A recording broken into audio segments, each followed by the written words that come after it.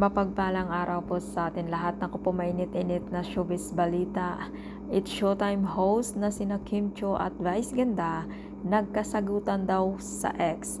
Fans ni Kim Cho nagalit dahil lang sa hindi nabanggit ang pangalan niya sa speech ni Vice Ganda sa PAMAS Award. Trending po ito ngayon, yung hindi pagkakaunawaan ni na Vice Ganda at ni Kim Cho. Talaga namang galit na galit yung fans ni Kim Cho dahil lamang po, dahil yun nga po, nakalimutan nga po ni Vice Ganda na banggitin yung pangalan ni Kim, or hindi binanggit ni Vice yung pangalan ni Kim. Kaya naman po, sobrang galit na galit yung fans ni Kim Cho laban kay Vice Ganda. At kung ikaw naman po ang tatanungin, talaga po bang nakalimutan ni Vice na hindi banggitin yung pangalan ni Kim, or sadya talagang hindi niya babanggitin yung pangalan ni Kim Cho?